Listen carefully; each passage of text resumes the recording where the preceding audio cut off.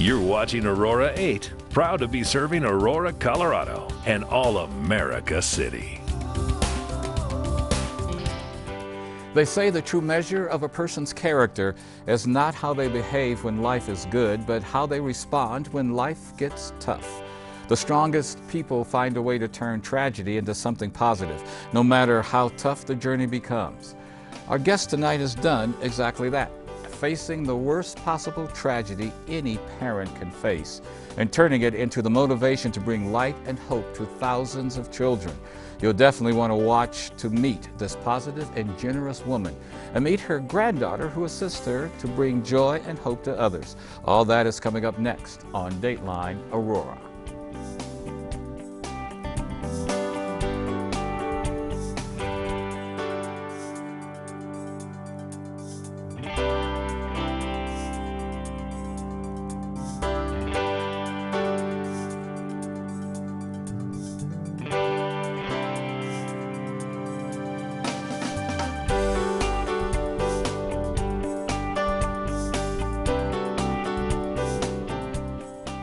Greetings and welcome to Dateline Aurora. I'm Adam Dempsey.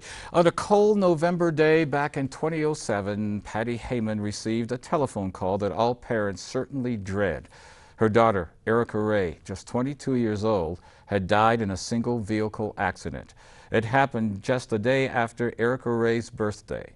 Naturally, such news was a devastating and heartbreaking blow, but through her faith, the support of family and friends, and her own personal strength, Patty didn't let this tragedy destroy her. Instead, she used it as a springboard toward helping others, especially children in need. Her story and the organization she founded is our focus tonight. Patty, welcome and thank you for coming on Dateline Aurora.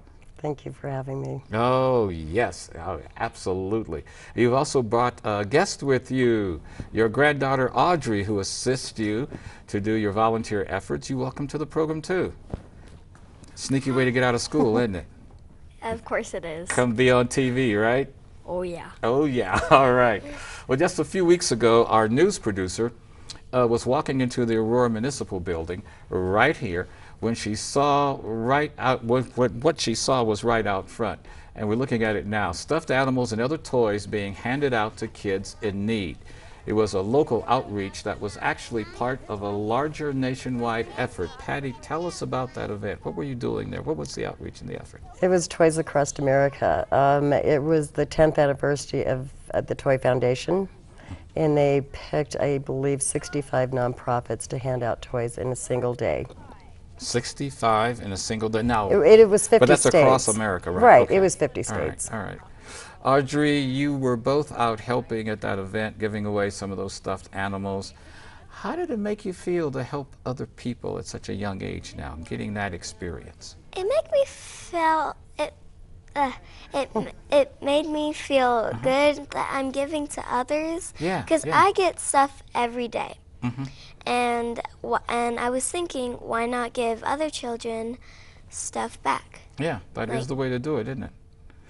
But the Toys Across America event we just saw is actually only a very small example of a much larger series of year-round efforts that your organization, can I say the word, does. Erica Ray's Kids is involved in school supplies and backpack assistance to needy kids. Tell us about those efforts there. It's created because our children that are living in poverty are going to school every day without the right tools for a proper education. So our goal is to help them out. So this year we did 4,026 school supplies to children. Wow. We go in and we do a community gathering once a year where we pick a school that's 98% on the poverty level. We give them backpacks filled with their school supplies, and we create food bags for the families. Is that something Erica Ray might have been involved in too, when she was 20, working, doing that? Well, she would have been doing it with me, but yeah, she took care of everybody. Okay, we're going to spend a little more time talking about that. But I guess what we need to know, you're originally from Aurora. You were a military brat. I am. Is that it? Yeah. So you spent all of your life here then? Huh? I did.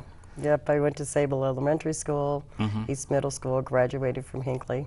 Oh, you graduated from Hinckley? I did. Okay, all right. And your family owned the Frontier Club? My husband and I did. Oh, all righty. That Right. sounds like there's a nice raucous good time going on in the Frontier Club. Really. Absolutely. Yeah. Now, but you, the club also was involved with charitable giving for many years. Is It that really correct? was. We did Share the Joy. We picked a new school every year. Customers would bring in toys. We filled food bags. Yeah. And we took every kid on the free lunch program. Is that something you and your husband wanted to do to make sure you were firmly grounded in Aurora?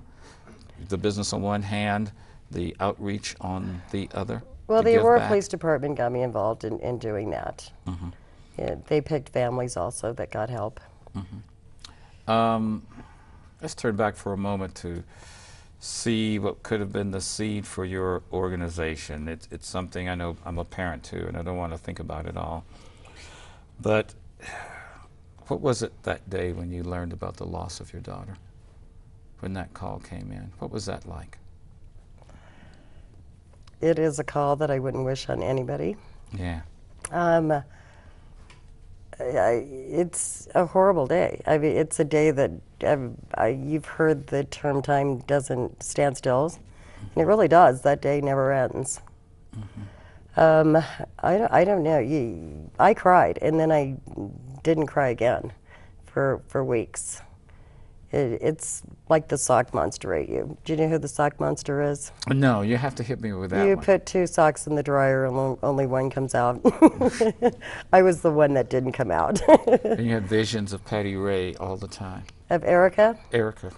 Yeah, you get a full flash of her entire life. You see almost every moment of that.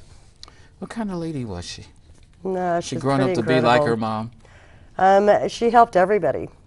She really did. She used to drag strangers home that needed a shower or something to eat, and I used to get angry at her. Yeah. It was like, they're going to rob us. And she's like, no, they're not. And they never did. Yeah. You know, she helped you with clothes. It wasn't until after she was gone that I realized how much she gave to everybody.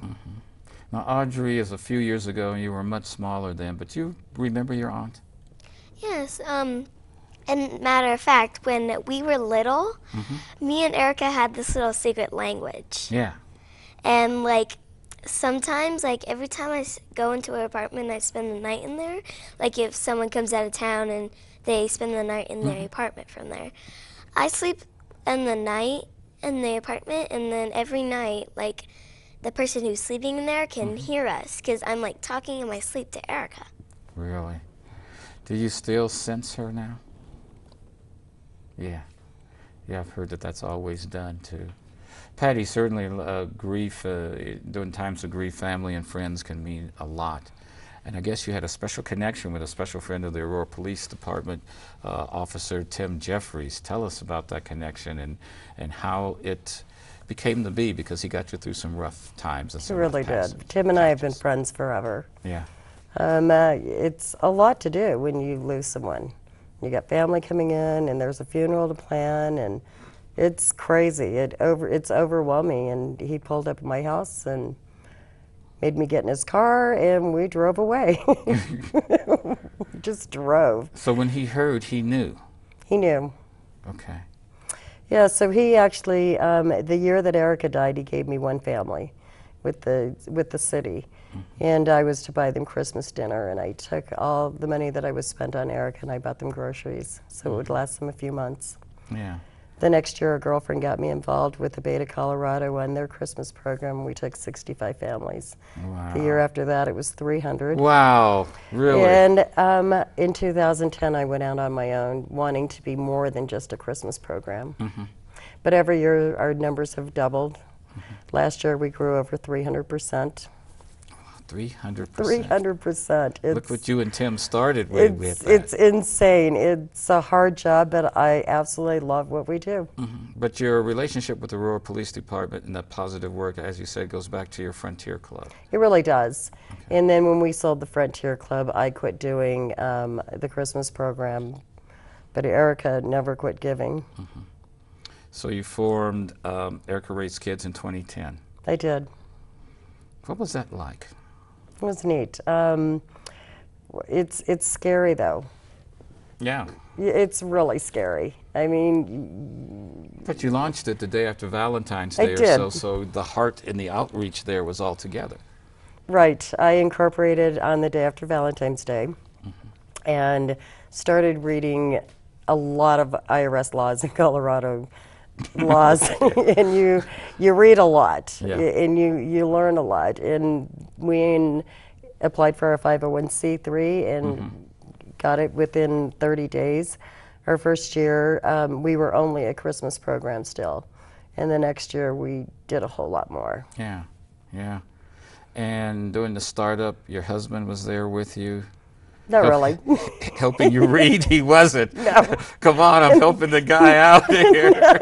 I mean, I'd like to help him out too. Yeah. Well, he was the one that suggested to Tim after I lost Erica that I should probably get back involved in a Christmas program, but it's overwhelming for him. I take up a lot of his space. Yeah. So yeah, he kind of backs off and tries not to say a whole lot, but you can walk into my house at any given time and it could be filled with school supplies. Right. But you're 100% volunteer driven? We are. Okay, so everybody... No one gets paid. Nobody gets paid? No. Well, kids that help get pizza, right? No? Okay. They do. We do. Yeah, I'm just kidding. If we're working an event, I do buy everybody lunch and Yeah. they get ice cream. But the point is that when people donate and support, it goes to do exactly what you're saying. It really does. We have no overhead. We don't have a warehouse. We have a telephone bill and a recycling bill, and that's about it. Yeah. And Audrey, when it comes time to pass out stuff and give stuff, you're right in the middle of the thick of that, right? Yes. So you make sure it all gets out. Some kids you know, some you don't. Do you feel like Santa Claus, kind of, you know? Sometimes, just a little. At Christmas, you feel like Santa. Yeah. Yeah, it's pretty. It's hard for her because at Christmas we'll have 1,500 toys in one room, and she can't touch any of them. So she walks around with her pencil and paper and makes a list of Oh, really? what she needs for Christmas. Do some of the kids you know the toys are coming and try to get stuff out of you? No. She says no, they're not going to anyway, right? No. That is the way to do it. While you're doing the volunteering, do you think about your aunt while you're doing the work? All the time. Do you feel her there with you to pass out the toys and give stuff? I feel her behind me, right next to me. Yeah. Now, Patty, your other daughter helps us. Your other granddaughter helps as well. Audrey's my only granddaughter. I have an Okay. older daughter. Okay. And she does help as much as she can. She works Okay. full time and goes to school. Yeah, I just wanted to make sure she was mentioned as well, that we weren't leaving her out. Right. Yeah, she helps as much as she possibly can. Okay. Now, to keep it going, you need volunteers, you need toys, you need all that stuff. We right? do. We do. Money's always good, but a lot of our things come in donation-wise. Toys are always hard to come by at Christmas. Last year it was over 1,500 kids. Are you finding the need has increased because of the economy and the I way it's have. been impacting people here in Aurora? I have. Our job is kind of the easy part. We work with 32 Aurora Public Schools, the Aurora Police Department, and Fire Department. With working with those schools, they can only take 10 to 20 of their most neediest families. Yeah. So you have a school that's 98% on the free lunch program, and you've got to be the one that picks those families for Yeah. me. So packing up the clothes and the presents and doing the stockings, I think that's the easy part. Having to pick those families is the hard part. That's the hard part. Audrey, do you help her pick the families? Sometimes? We don't pick families at all. No, we don't pick them. somebody picks We just we get what we get and then we help them. Ah, okay, okay. Now, what do you learn from all this? Organization, putting things together, what it takes to really get things going, that toys and things just don't grow on trees. You really have to work and get help to do it. Yeah, well, it takes some time, before like all the toys are ready to give away. Yeah. Like for example, Christmas, we have to wrap all the toys. And then when we're done with them, we store them in Erica's apartment, and then when they're done, like we have a bag and tag day. we have a right? bag and tag day, and then we give the toys to the children. Okay. Now, do the children come over to get the toys, or do the Aurora police officers take the toys to them? How does that process work? Well, it used to be where the Aurora Police Department delivered to every house. Now we're just too big. We deliver to the schools now. We drop off at the schools contacts the families. We call it our bag and tag day because we have labels with every family. If they have boys and girls, their ages, their clothes sizes, shoe sizes, special needs, we slap them on a bag, fill the bags with everything that we have, and we send it to the schools. Now, I think you both said that you don't choose the families. Where does the list of families? The Aurora Public Schools and Aurora Police and They Fire do it. Department, they choose the families. Ah, So they have more knowledge than we do. right. They're the ones that are in contact with the parents and families all year long. They know where the greatest need is. We don't. Okay. Organizations like yours are a big part of the community and the support fabric here in Aurora. So for those who like to help through cash or volunteering or even their time, how do they contact you to do that? Well, they can. There's a contact form on our website. They can personally email me. They can call me on the phone. Okay. And I think we see it here, Erica Ray's Kids, World Wide Web, ericarayskids.org. Phone number is correct, 303-947-4066, and they can call at any time, right? Sure. Well, not 2 Well, o'clock in the maybe not in the middle of the night. morning. No doubt about that. Now, you have people that give you warehouse space and that kind of stuff? We don't have because any warehouse space. You need that now because you're getting too big now. It's crazy because it's. You have no garage space anymore. You need a warehouse. Right, you right. need We have a lot of storeroom, outbuildings right. and it's full, and Erica's apartment's full, and part of my brother's house is full, and Wow. so it ends up where you move a lot of stuff. So it comes to my house. It goes from location up to the house to back down to a location, and then it gets moved again before you get ready to put a program together.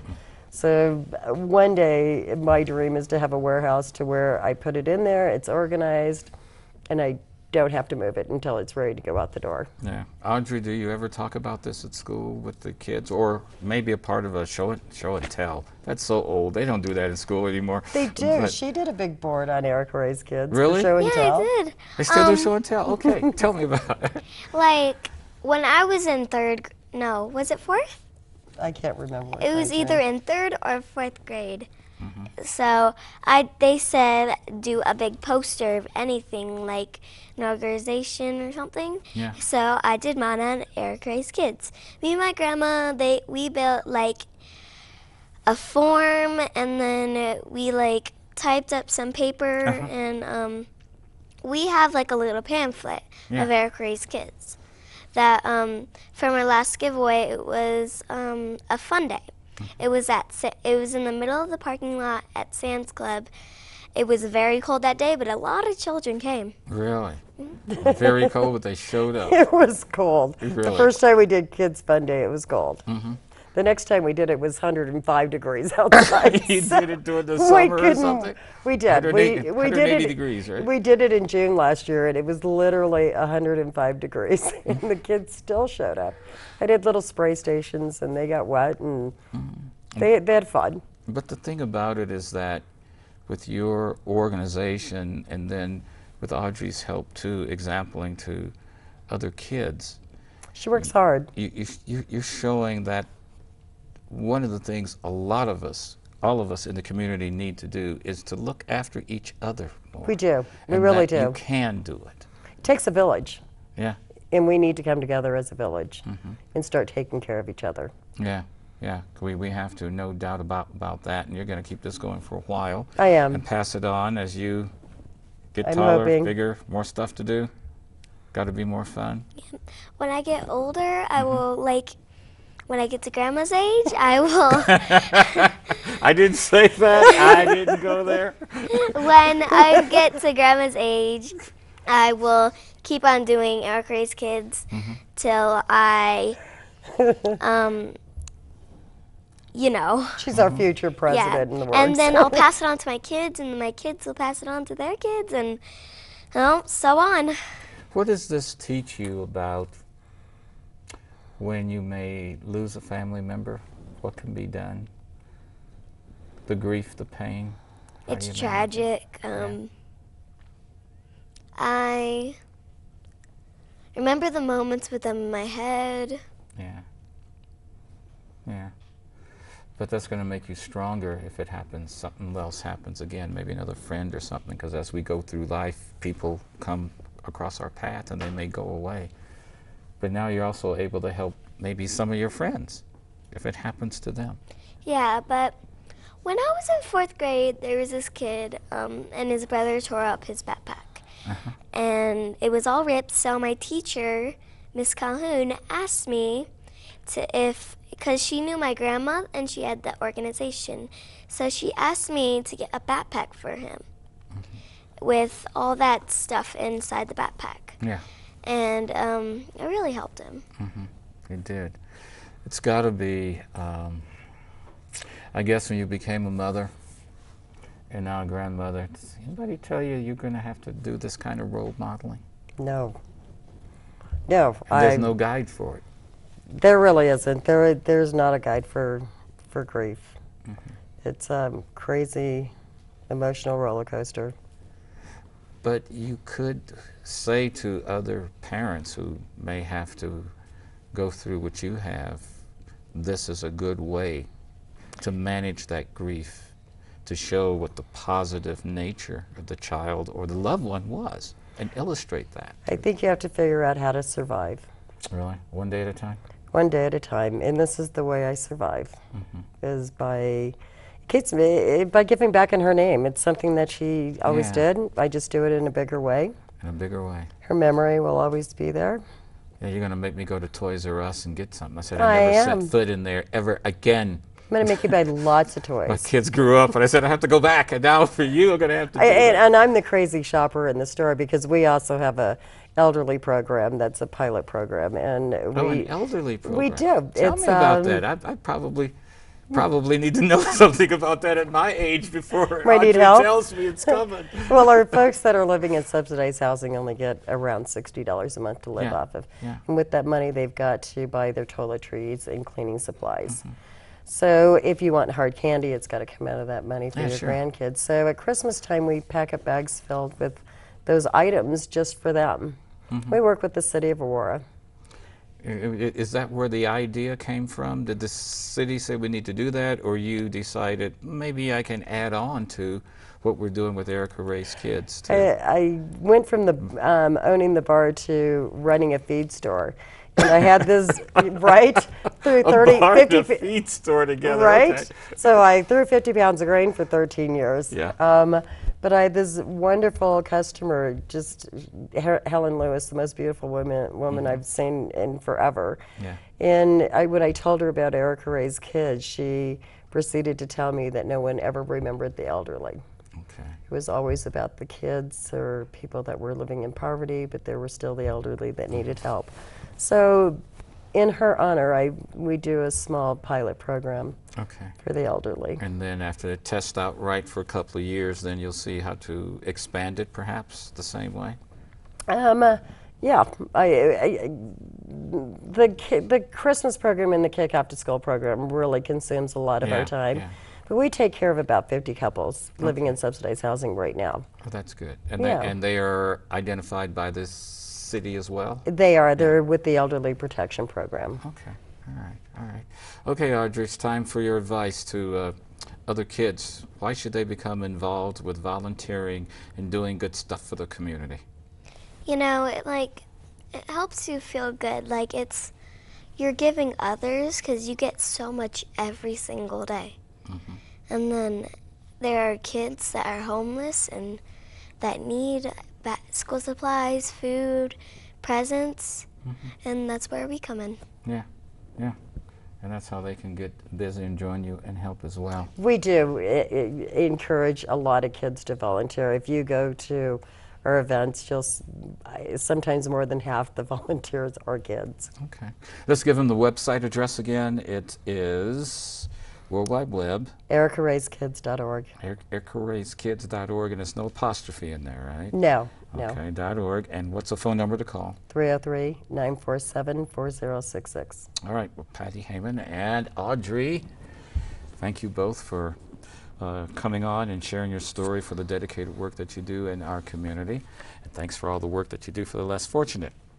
And that's a sneaky way to get out of school today, was to come join us. Yeah! Thank you for having us. Yes, that's for sure. Hey, that's all the time we have tonight. We do thank you for watching Dateline Aurora, and we look forward to seeing you back here again next month. Good night.